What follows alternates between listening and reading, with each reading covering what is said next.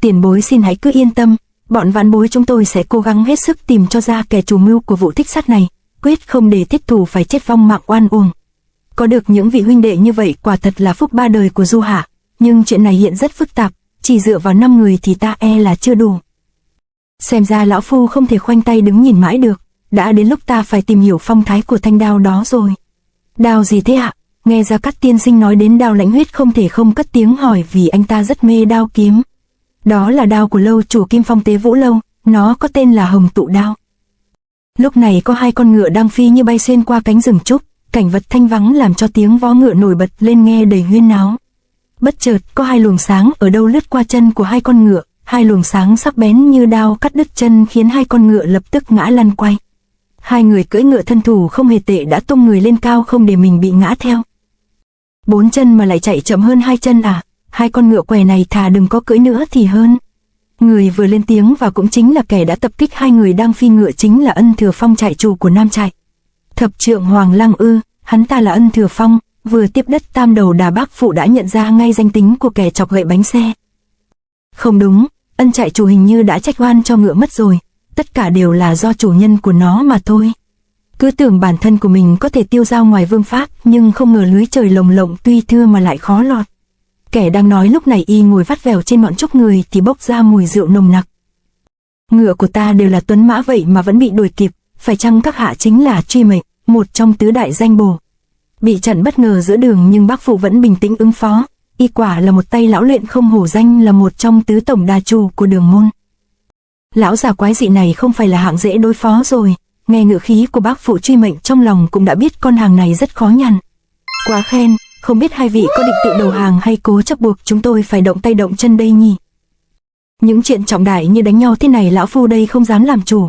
Cẩu nô, 2 vị đại ca này đang muốn bắt ngươi đem về quy án đấy, ngươi xem có chịu theo chúng về cùng không? Cái gì cơ? Cẩu nô, làm Nguyên Sơn anh hùng cái thế sao lại chịu nhận cái tên đáng khinh bỉ này vậy? Chẳng có nhẽ chúng ta đã nhận lầm người rồi sao? Nghe bác phụ gọi Lam Nguyên Sơn là cẩu nô khiến Truy Mệnh mắt tròn mắt dẹt không còn tin vào những gì mình đã nghe thấy. Người này không hề đáp lại mà dùng ánh mắt đỏ lòm tà dị hung hăng hướng về phía những kẻ cản đường. Sau cái quét mắt đáng sợ đó, Lam Nguyên Sơn đã quán đầy trưởng kình lao thẳng đến chỗ đậu của Truy Mệnh. Anh ta vung trưởng đánh luôn khiến Truy Mệnh phải búng người lên tránh né. Đây đích thực là đại phong vân thủ của Lam Nguyên Sơn rồi. Bất luận là ai thì để rửa oan cho nhị ca ta phải bắt sống cho bằng được người này. Trưởng kình của Lam Nguyên Sơn đúng là vô cùng bá đạo, mới chỉ là chiêu đầu tiên đánh ra mà những thân trúc cách xa 5 trượng xung quanh cũng bị chấn lực của anh ta làm cho gãy nát. Ở phía bên này Ân Thừa Phong cũng đang dạng chân xúc thế sẵn sàng tiếp chuyện bạn nghe đài, bác phụ tay cầm cặp táp cũng không hề tỏ ra có chút e dè gì. Người mau khai cho rõ danh tính ra đây. Không cần thiết đâu, nếu người đánh bại được lão hủ ta thì lão hủ lúc đó cũng chỉ còn là một thi thể mà thôi. Còn ngược lại thì ngươi cũng chẳng có cơ hội mà báo tin này cho bạn bè người thân đâu. Đáp lại lời chóc nã của Ân Thừa Phong, bác phụ liền trả lời đầy khiêu khích. Ngữ khí của lão già này là thà chết chứ không để bị tóm, vô tình đã dặn rằng phải bắt sống những kẻ có liên quan, xem ra trận này khó khăn cho mình rồi đa. Vậy binh khí của ngươi đâu, mau chuẩn bị đi, tài sản của lão hủ ta nằm tất cả trong cái cặp táp này, còn bên trong nó có gì thì là bí mật rất quan trọng. Lời nói của bác phụ vừa dứt thì cũng là lúc 3 mũi ám khí đã kề sát mặt của Ân Thừa Phong. Kim châm được phóng ra nhanh như ánh chớp, cũng may là Ân Thừa Phong cũng là tay lão luyện trên giang hồ nên đã kịp thời ngả người né tránh, không có gì nguy hiểm đến tính mạng.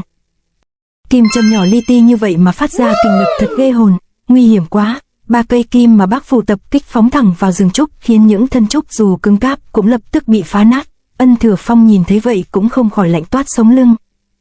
Nhưng một khi đã xuất thủ thì bác phụ nào chỉ đơn giản có vậy, tập kích bất thành ông ta lập tức mở dương phóng ra hàng loạt kim châm không cho Ân Thừa Phong có cơ hội chấn tĩnh.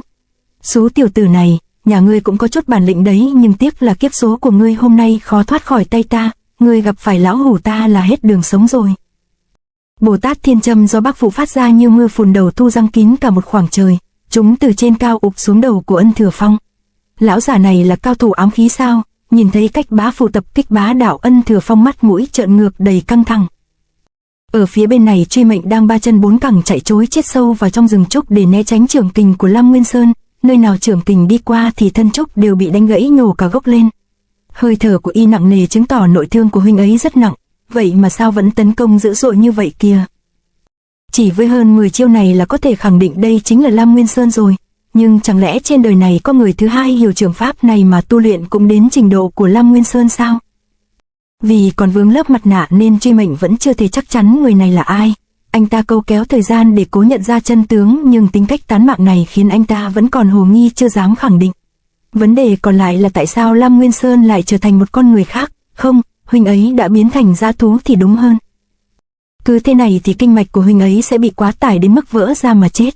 Khi đó mối oan của nhị sư ca sẽ vĩnh viễn không còn có người để đối chứng. Không được, ta phải nhanh chóng khắc chế huynh ấy dừng lại. Biết chuyện kéo dài sẽ không có lợi cho tính mạng của Lam Nguyên Sơn và đại cục của vụ án Truy Mệnh liền truyền từ chạy sang đối đầu trực diện. Lam Nguyên Sơn chỉ công không thủ nên một cước trong truy ảnh vừa xuất ra đã đắc thủ đá trúng vào giữa ngực của Lam Nguyên Sơn. Chúng phải chiêu này chí ít Lam Nguyên Sơn cũng phải dừng bước thu chiêu. Nhưng đó chỉ là suy nghĩ của Truy Mệnh mà thôi, vì người trúng chiêu lại không hề lui mà biến chiêu đánh tới. Truy Mệnh đã thận trọng trong từng động tác khi xuất chiêu nhằm bắt sống Lam Nguyên Sơn. Không ngờ cuối cùng anh ta vẫn tính sai một bước là đã đánh giá quá thấp đối thủ trước mặt. Trước mặt anh ta lúc này không phải là một con người mà là một con ác huyền không hề biết sợ đau. Tâm thế của con ác thú lúc này chỉ có sự hung hãn và cuồng dại. Một tiếng nổ vang trời phát ra, một chưởng của Lam Nguyên Sơn đã áp vào giữa mặt của Truy Mệnh. Tại tổng đà cơ quan đầu não Đường Môn đặt ở Đông Bảo tình hình vẫn yên ắng. Bên trong lúc này Đường Thập Ngũ đang uống thuốc do nô gia dâng lên, cầm lấy bát thuốc đưa lên mũi hửi rồi Đường Thập Ngũ khoát tay ra hiệu cho nô tỳ này đi ra. Lúc này Đường Bất Á mới bắt đầu lên tiếng. Bẩm môn chủ, 3 tên sú bổ khoái và 2 tên trại chủ đều đã túa đi điều tra. Tôi tin rằng không bao lâu nữa bọn chúng sẽ tìm được đến tổng đà của chúng ta ở đây. Sư phụ của thiết thủ là Gia Cát tiên sinh đã đồng ý với các điều kiện của Sái Kinh đưa ra. Ông ta cam kết trong vòng 7 ngày sẽ tìm ra kẻ chủ mưu đằng sau vụ ám sát này để đổi lấy mạng sống cho thiết thủ. Vì vậy, nói đến đây Đường Bất Á chợt dừng lại, gương mặt của anh ta hiện lên vẻ lo lắng hiếm thấy thay cho sự lạnh lùng. Như vậy bọn chúng đã biết ở Trung Nguyên lúc này không chỉ có chúng ta, nhưng chúng ta đã nhanh hơn khi thiết lập được mối quan hệ với người có thế lực nhất trong triều đình.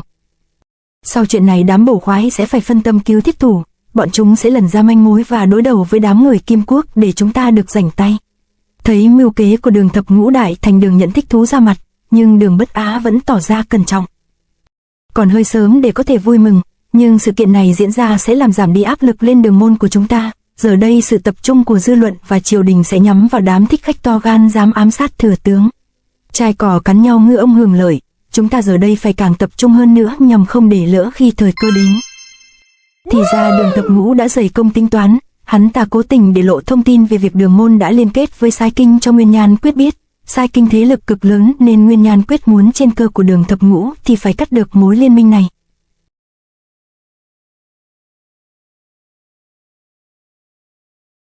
To be continued.